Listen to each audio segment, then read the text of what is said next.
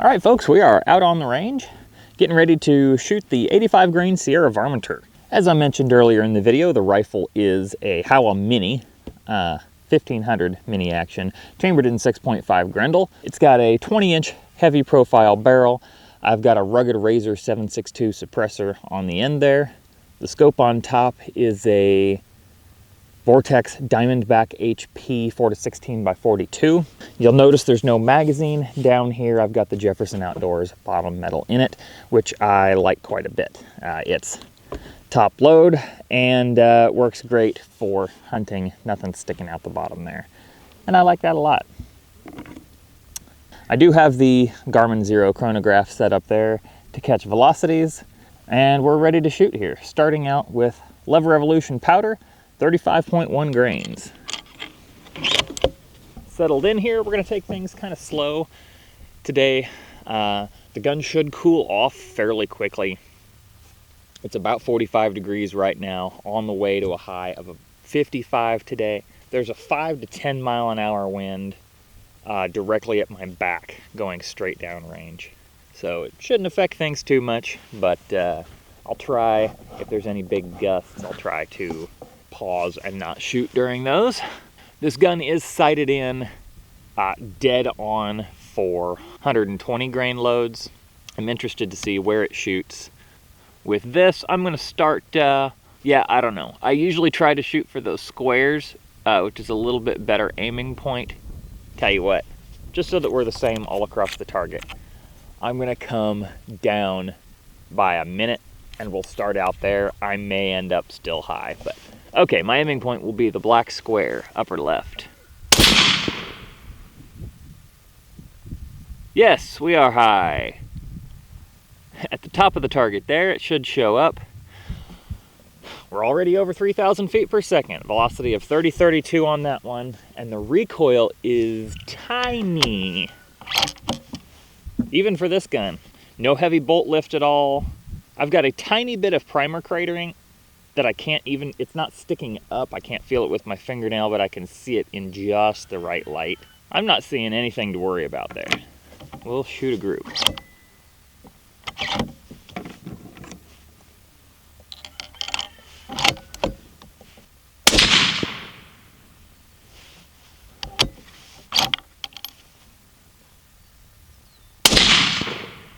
Velocity is dropping with each shot. We're down to 29.62. Extreme spread's already 70 feet per second. After 3 shots. Because of that black line, I can't see where the shots are going. I'll have to check that out in a second. I'm pretty sure they're in a tight little group. They might be kind of walking around the edge of that frame. Brass still looks great. There was an extreme spread of 102 feet per second on that. Average of 29.81, extreme spread of 102.9. Standard deviation of 34. That ain't great. I suppose with a slightly compressed charge of a ball powder, we can expect something like that. Not too bad. That first shot definitely went high. Glad I came down to starter. We'd be way off the paper. I'm gonna come down another minute and a half. And I don't really keep my targets around anymore, but I'll mark that on the target that I made a scope adjustment. Next, we're on to 35.4 grains of Lever Evolution.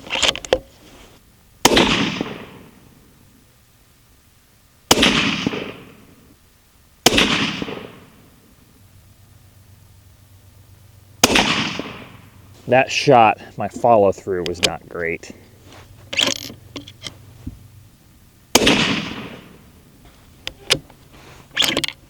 Okay. That last shot opened up the extreme spread quite a bit. We were at an extreme spread of like 6 feet per second. That load shot a whole lot better. Average of 3,000 feet per second, right on the button. Extreme spread of 37.9, standard deviation of 14 feet per second. That's looking a lot better. The group is, it's okay. We're sitting about an inch there, it looks like. So nothing wonderful. My shooting could have definitely been a little bit better on that group. I need to line things up a little bit better here and try to get squared up behind the rifle. Probably need to move that scope back a little bit. I'm having to stick my neck way forward on this, and that's not ideal. My head's also kind of floating in here because even though this scope is about the lowest it could possibly be, the stock is, it's not the worst certainly that I have, but the stock's pretty low here. I could definitely use a cheek riser. I've got kind of a mid-face weld instead of a cheek weld like I would really like. We'll give the gun a few minutes to cool down. We'll move on to the next group. All right, moving on to 35.7 grains, our top charge of lever evolution.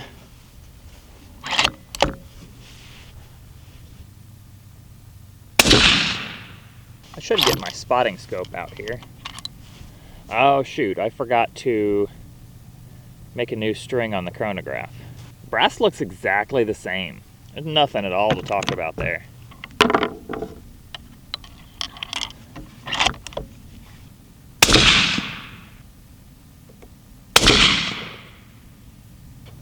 Velocity's up around 30-20.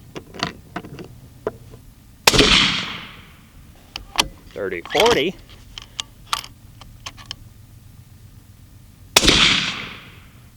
All right, so the extreme spread on that opened up a little bit.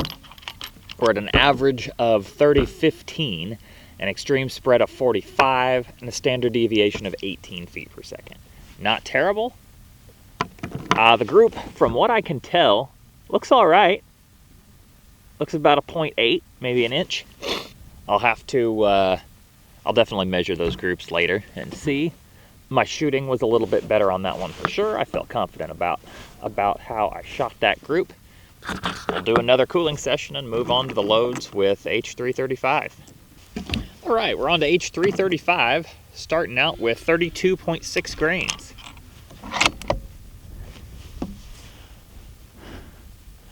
Bottom left. Got a velocity of 2987 on that one. And again, nothing on the brass.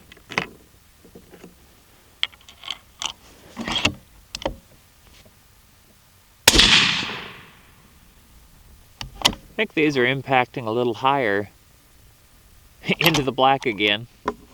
Maybe I see something down lower. I can't tell.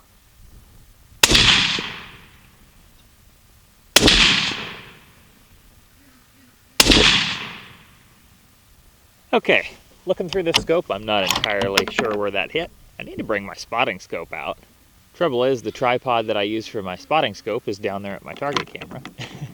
Got an average velocity of 2976, an extreme spread of 16, and a standard deviation of 5.5.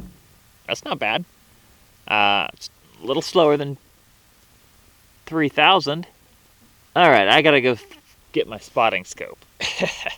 Yeah, couldn't see it through this scope because I'm seeing the grass behind it through the bullet holes. Makes it really hard to see, but I got my spotting scope. I can see those groups now. That one was not a great group, not great at all. We're gonna move on to 32.9 grains of H335. Okay, I may have the smallest bit of a shiny spot, and it's, if the sun weren't directly over here, I don't think I'd be able to see it. And that shot was 30-25.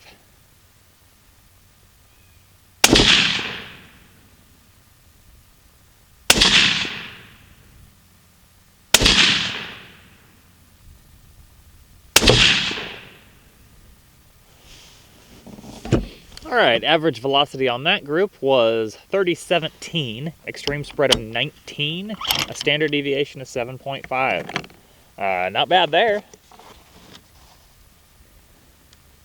And that group's a little better, not terrible, still not great. Got a little bit of horizontal stuff, which makes me think my shooting is off. I've got a notion. While I'm waiting for the barrel to cool down before the next group, I'm gonna get my drill and we're gonna drill this shooting rest into the table. I've got the spikes for it over here. I'm tired of it sliding around on the top of this wood bench. I know that's changing something in the middle of a test, but we're not changing anything about the gun, just changing how solid the rest is. Yeah, I'm gonna do that.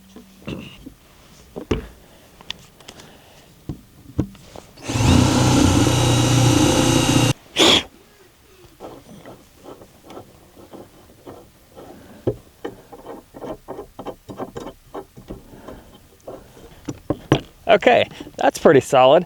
I could drill the third hole here, but the ATF might shoot my dog, so I will leave that at just the 2 for now. I think that is going to be plenty solid.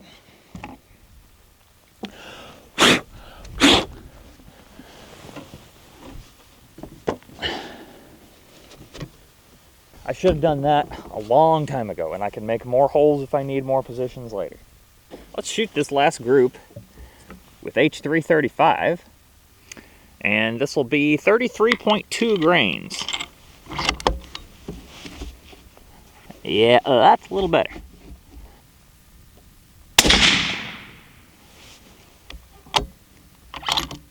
Bolt lift feels the same. We're at 30-40. Brass looks the same, just the tiniest bit of a shiny spot that I can only pick up in this direct sunlight. And it is small.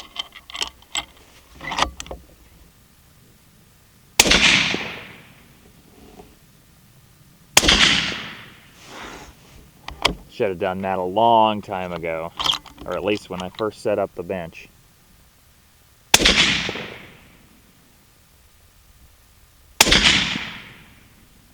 All right, got an average of 30-35, extreme spread of 21, and a standard deviation of 8. I like that. And the group looks pretty great too. The last powder we have is AR comp. And I'm gonna shut the cameras down and give them a rest for a few minutes. Make sure we've got plenty of battery, memory card space, all that good stuff, because I hate losing data. And we will come back and shoot these last 3 groups once I get a fresh target up. We are back at the bench. It has warmed up a little bit, about 50 degrees now, a little bit more. The wind has calmed down significantly. It was about 5 to 10 miles an hour. Before, I would guess it's like 1 gusting to 5 right now. Like, it's not much at all. We're gonna shoot these last 3 groups, and this is with AR comp. Need to write down the data from that last session first here. All right, we have got 31.4 grains of AR comp. See if this group's a little better. I hope so. Let's shoot some tiny groups here. Top left. Already at 30-16 for that first shot. Brass looks great.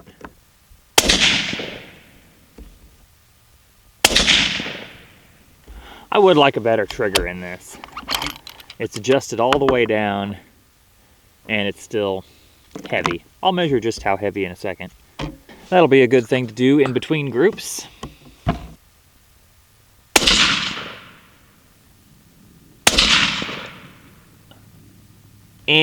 Another kind of lousy group. Average of 3,010, extreme spread of 13, standard deviation of 5. But the group's kind of crap. I've got the trigger gauge here. While we're waiting our time between groups, let's see what it measures.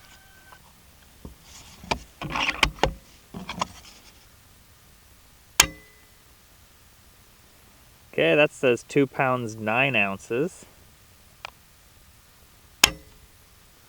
2 pounds 5.7 ounces. Okay, so it's not as bad as I thought. And really, I don't have that much trouble with it. I just would really prefer a better trigger. I may put one in eventually. Something with a really crisp break, and probably if I could get the pull to 2 pounds or a little bit less, that's kind of where I like to live. Let's shoot this next group. And I would love if it were tiny, but I kind of don't think after all the rest we've gotten with this bullet, I don't think we're going to get too much under 3/4 minute.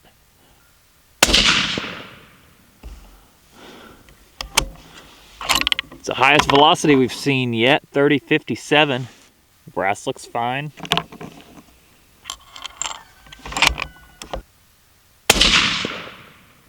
Ah, I forgot to make a new string. Darn. I'm gonna have to go delete the first string off. I have to write down these velocities individually. All right, we're into a new session now. We're only gonna have 3 shots on it. But if they're in that same area, we'll just let it do the calculation. Yeah, that one was 30.53.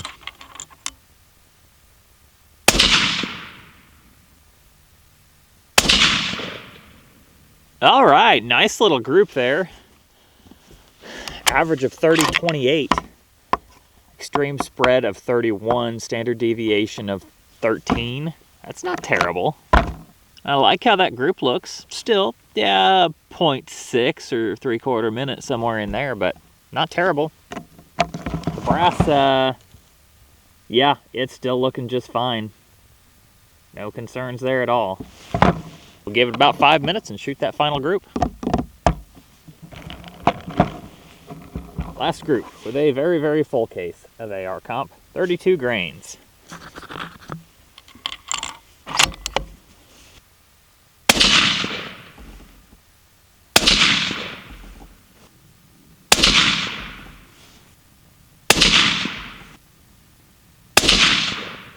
Not bad, not bad at all. Average velocity of 30.57, extreme spread of 15, standard deviation of 5. That is some good stuff. And not a bad little group either. It's not the bug holes I'd love to be shooting, but it's not bad. I'm gonna tear some stuff down here. We'll get back to the bench and talk about the results from today. Well, that was a ton of fun to shoot. I always have a blast shooting 6.5 Grendel. It is certainly one of my favorite cartridges. It's got low recoil. You can shoot it all day long without any fatigue whatsoever. Really quiet with the suppressor on it, and throw in a lightweight set of earplugs like I had on, and it's just an absolute joy to shoot. And it's shot pretty well. I've got all my velocity data compiled. I've used the calipers to measure out the groups. Let's take a look here and see what we got. All right, starting out here with the lever evolution. The first group averaged 29.81. Sorry for my chicken scratch there.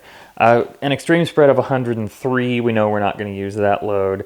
And it was 1.26 inches. The next two groups were both under an inch, and we had better numbers. 3,000 and 3,015 feet per second. This group measuring a 0.7. I like that a lot. This barrel did not seem to like H335 very much at all. I thought this group was better because I couldn't see these two shots through my 16 power scope when I was out there shooting. 1.3 inches, the best group with H335 was 1.1, so we can toss that aside. Max velocities of 30-34 there for the average with the highest charge. Over with AR comp. The first group was pretty big, 1.2 inches, and the next two groups were really good. Again, I thought this group was a little better than it is because I couldn't see that shot there that dropped low, but even with that, 0.86 inches, average velocity there of 30.42 with an extreme spread of 35.